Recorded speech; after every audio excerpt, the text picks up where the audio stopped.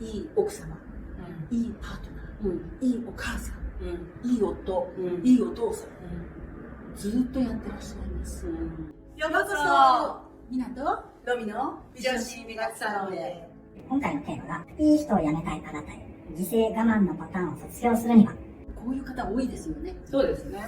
私のお客様にもとても多いです。いい奥様、いいパートナー、いいお母さん、いい夫、いいお父さん、ずっとやってらっしゃいます。で、本当に誠心誠意やってるんですよ。すごく頑張ってらっしゃるんですよ。なんだけど、ボロボロに疲れ果ててらっしゃって、もう本当になんか世界が無彩色っていう感じで、こんなに自分は一生懸命みんなにとっていい人であろうと頑張っているにもかかわらず、意外に報われてないんです。だから疲れ果ててしまうんですよね。ビジョン心理学ではデッドゾーン、燃え尽きなんて言いますけれども、義務とか規則とか役割とか、お父さんになったから稼いでこなくちゃいけないとか、お母さんになったからもう子供は完璧に育てなければならないって育児書と首引きになっちゃったりして、ついには育児ノイローゼなんていうこともお聞きしますね。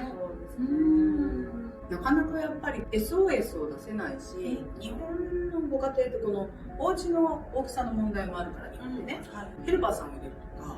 最近でこそね、家事の代行さんっていうのは随分増えましたけれども、そういう家事をしてもらうために家に入ってもらうっていうことが、近所の目から見たらとか、お姑さんから見たらって言って、またそこで自分のこの立場、ポジション、役割、義務規則を感じちゃうから、助けを求められなくなっちゃって、どんどん家庭にその子供と自分っていう中に入っていっちゃったりするっていうこともありますよね。今日一日大人の人と話してないわなんていうお母様いらっしゃいますね。辛かった。本当に辛かった。大人と話したいとか。そうね、私もなんか夫が帰ってきた時に自分が提供できる話題がワイドショーの話題しかないっていうことに気づいて、なんかすごく自分にがっかりしたのを覚えています。ね、また旦那さんは帰ってきてから子供の話を聞いてくれたりするけど、今日一日気分はどうだったとか、そんなこと聞いてくれる夫がいらっしゃいますでしょうか。まあご主人もね、いっぱいいっぱいになって帰ってきます。そうですそうです、ご主人の方も今日はどうだったのって聞いてもらいたい方ですよね。そう、あとはね、いいお父さんをするから、お家に帰った時に、例えば車でね、家にこう入れない人とかいる。車の中で本当に疲れちゃって家に帰るまでに、車だから飲めないでしょ、で、そのお父さんモードとか家モードに入るためにちょっとじゃあ一服してから家に帰ろうって思うんだけど、どんどんなんか YouTube 見ちゃったりとか音楽聴いたりとかして、そのうちに寝ちゃったりとかして、車の中でそう、それでお家帰れなくなっちゃって外泊もしてないのに疑われたとか、あとはもう本当にその奥様が完璧な母親になろうとしてるから、お母さんの方っていうのは24時間見てないと命が途切れちゃうかもしれない、子供の責任感があるから、例えば哺乳瓶の煮沸の仕方とか、食べ物のあげ方とか、ものすごく気を使ってるから、ちょっとでも旦那さんが自分の置き方と違うところに置いたりとか、洗い方したら、もうって言って何度手間になっちゃうって言って怒りながらまたそれをやると、自分がやらないと怒られる、やると怒られるって言って、どうしていいか分からなくて、本当にこの家の玄関のドアノブに手をかけて、もう無理だって言って帰らなくなっちゃった人とかもいるの。でもそれはすごくその完璧にいい人になろう、いい親になろうって努力してるからこそ、自分がその持っている失敗感に触れるっていうことが怖くって、そことすごく戦ってたりとかするわけですよね。だからお互いに優しくし合いたいし、助け合いたいし、一緒に何かを知って共同創造に向けていきたいんだけれども、なかなかそれがこう助けを求められないんですよ。で、奥様の方でそうなんですよね。やっぱり特に初めてのお子さんだったりすると、もう自分も初心者だから全てのことが初体験なんですよね。で、育児書と首引きになりながらこの時にはこうかなとか、でも子供って生き物だからその通りには育ってくれないし、毎日不安を抱えながら試行錯誤をして、でようやく子供が何をニーズとして持ってるのかっていうのに気づけて、それに手を貸せるようになってきた頃に、夫は全然そこまで習熟度が上がらないわけですよね。なので私だって頑張ってこれを分かるようになったのに、あなたも少し学んでよみたいになっちゃうんですよね。お母さんがね、もうずっと小学校の頃から子供産み育てるための準備が始まるし、一月とお腹の中で一つになってるから、もう子供が声色一つで、あ、おむつなんだな、おっぱいなんだなとかいろいろ分かるようになってるんだけど、お父さんは、はい、これがあなたのお子さんですよってなってから、そこからが子育てだから、まずもってすごくキャリアが違う。そこからね。そう。でもって最初の1、2年っていうのはやっぱりお母さんと子供っていうのは見えないそのでつながってるようなところがありますから、やっぱり1セットだし、やっぱりお父さんが本当に子供とつながりを持つのには教育期間も入れてなんか2、3年かかるっていうのがね、現実だとは思いますけれども、その間の夫婦の心のすれ違いってい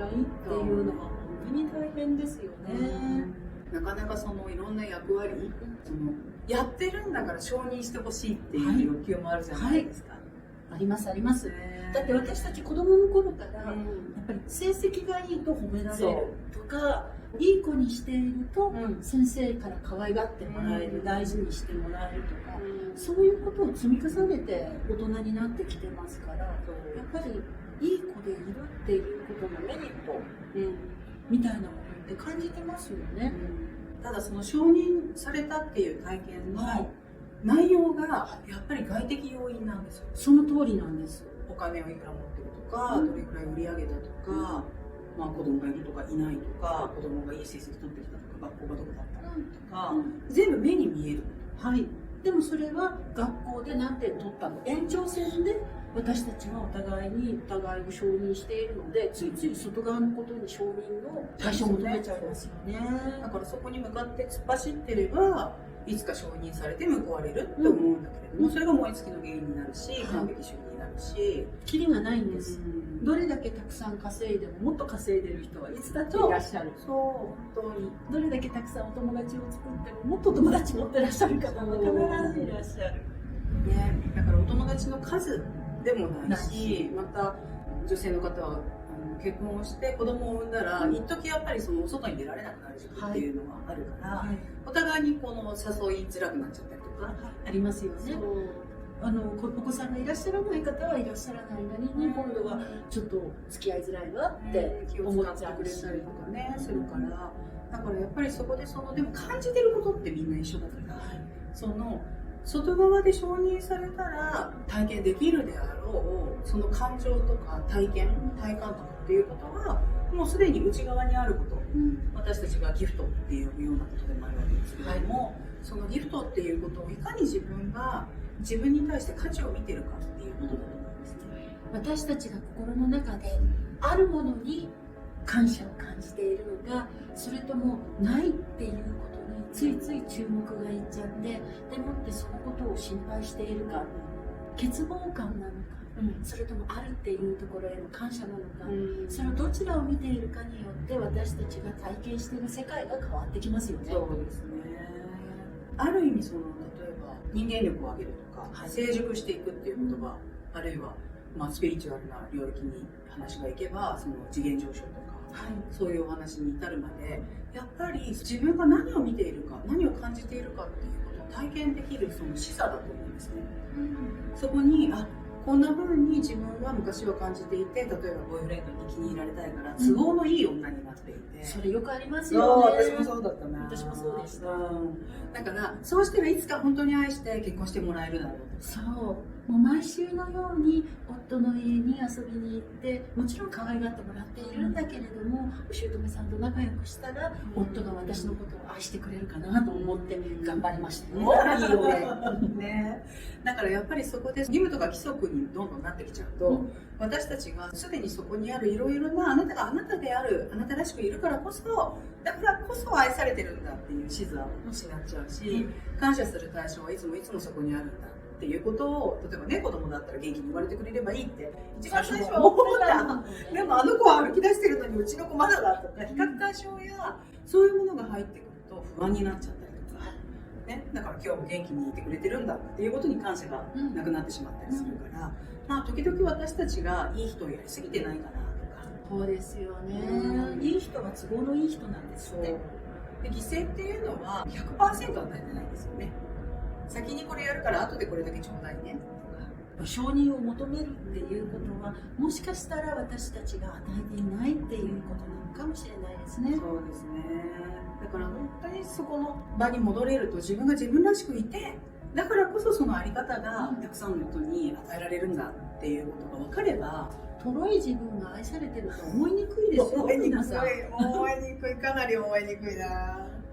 ね、だからこういつまで経ってもできないことっていうことと戦っちゃったりとかそうなんですよね。なんかついついやっぱりこんなにバカじゃダメなんじゃないのかとか思ったりすると、もうちょっと賢くなりたいとか、賢いふりでもせめてしたいとかあるじゃないですか。ね、だからもうその比較とか競争は絶対にこの完璧主義で入ってくるし、それが入ってくるとこのビジョン心理学の三角形の自立の第一段階の期待のところは女性性が一番低いところですから、内的な体験とか内的な価値、普遍的なものっていうものに目が向けられなくなってきて、今度は完璧主義がゆえにコントロールを探し求めて、そうですね。第二段階怖いからなんですけどね。そうすると自分をコントロールしてできるようにしてるんだから、お前も完璧にやれよって周りに求めてくると思うんですね。でそうすると安全圏がやってきて、できるんだけどこれ以上にもこれ以下にもならなくて、どんどん詰まっていく。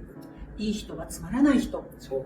どん詰まってる人なんです。なんかいい人に夫をしてしまうと、夫はつまらなくなってしまう、魅力的ではなくなってしまう。そしてあなたもいい女じゃなくって、都合のいい女にしかならなくなってしまうっていうことなんですよね。なんかすごい話題がね、それるかもしれないんだけど、私がうちの夫にね、恋をした日っていうのがあって、はい、それはなんかね、表参道ヒルズの前に可愛楽器があるんだけど、うちの夫ピアノ弾けるんですよ。で、そこですごい素敵な白いピアノがあって、何弾いてほしいとかって言って、まあ彼がすごく上手なピアノとか弾いてくれたりとかして、すごい素敵かも、ロマンチックだななんて思ってたんですよ。そしたら、急にババンババンバンバンってドリルを起き出したの。すごい。で、その時に、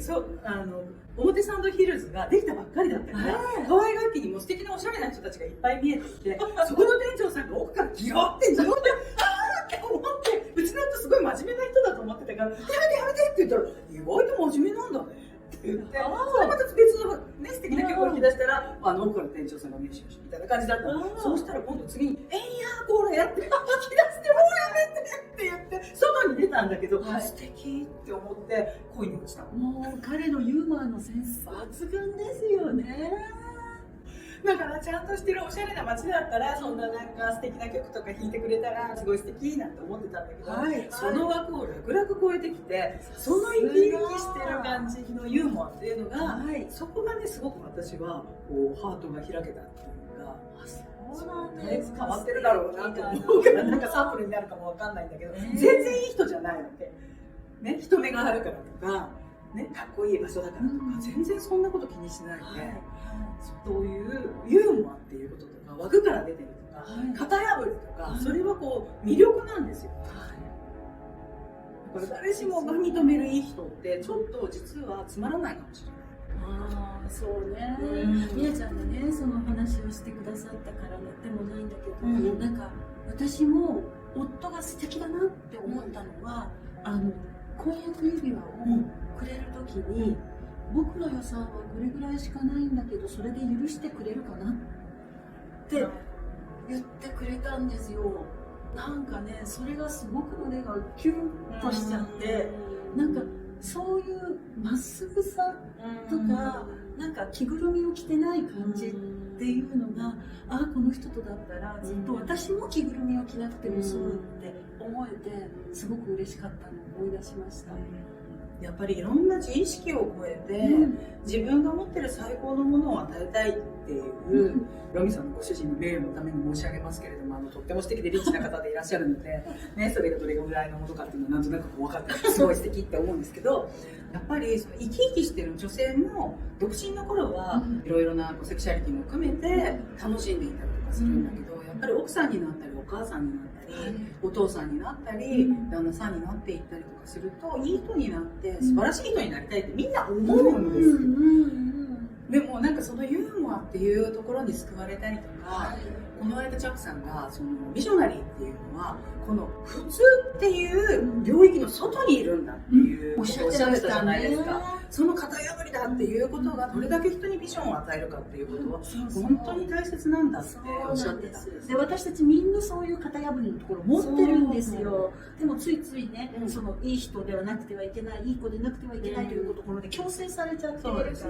そこを素直に見せられなくなってる。案外あなたの中ではタブー視そうですね。しているところかもしれないけれども、そこにあなたの魅力がね、眠ってるかもしれない。そうです。だからやっぱりこのデッドゾーンまで行って今度相互依存に入って共同創造に至るためには男性性と女性性のバランスっていうものが出てくるんだけど、そのリーダーシップっていうのは全部自意識っていうものにはまっていくっていう、そういう罠がどんどん進化して深くなっていくっていう段階があるんですね。でその中にこの文化的制限、社会的な制限っていうものがあって、私たち全員社会の目を取ってる。そうですね。その社会の目で自分のことをコントロールしようとするし、でそこで自分の性格までもリフォームしようとしちゃってるんですよね。フィットしようとして相手の両親の文化に合わせようとしたりとか、会社の文化とか。でもね、どっかで窮屈だなって思ってるところはあって、でもそこでちょっとぶち壊してみようかなとか、なんかちょっと失敗しちゃってみようかなとか。でもって足を出すっていうことをしたい気持ちもあるんですよ。だから生き生きと生きてる人を見ると羨ましくって意地悪を言ったりとかありますね。足を引っ張ったりとか、何かケチつけたくなったり。プロレスラーとかでも悪役の方がすごく人気になってことがありますよね。でしかもそのファン層っていうのは意外におとなしくて自分のことを話せないような人がああいう悪役レスラーのすごいファンになったりされるっていうじゃないですか。やっぱりそういうものを私たち抱えていて、それをバンと全部出せばいいということではないですけれども、もっともっと自由になれるっていうことを知っていただきたいですね。社会の批判の中であったとしても。だからその社会の目って自分が自分を見張ってる目だから、自分がいい人になっているだろうか悪いことしてないだろうかって自分が自分を見張っちゃって自分らしさを投げ捨てちゃってる場所なので、もう一度今日私たちが自分自身にコミットして生き生きと生きるっていうことから始めてみる日にします。そうですね。あなたがありのままであることは決して社会を壊すものではないということなんです。あなたがありのままで輝くことで貢献できることがありますよね。本当に私たちは一人一人にギフトがあって、違うからこそ、足りないからこそ相手と一緒に手に手を取って共同創造していくっていうことができるんです。だからお互いに助けを素直に分かち合ったり求め合ったり、ね、今度はそこに助けの手を差し伸べていったりできるような、そういう人たちでありたいと思いますね。今日もついつい深い内容になってしまいました。そうですね。三角形のこともお話ししましたので、何回も見直していただけると、こういう風に関係してるんだなっていうことが実際に自分の人生に生きてくると思います。聞くために何か気づきがある、そういうチャンネルであってほしいなと思っています。そういえば9月に2日間何か私たちがご提供できることがあるようですよ。はい、私たち 2days ヒーリングワークショップを開催することにしました。タイトルはトゥルーラブ。トゥルーラブ。トゥルーラブだと思って結婚したのに、もうそんなもんどこへ行っちゃったのかと思っているあなた。そう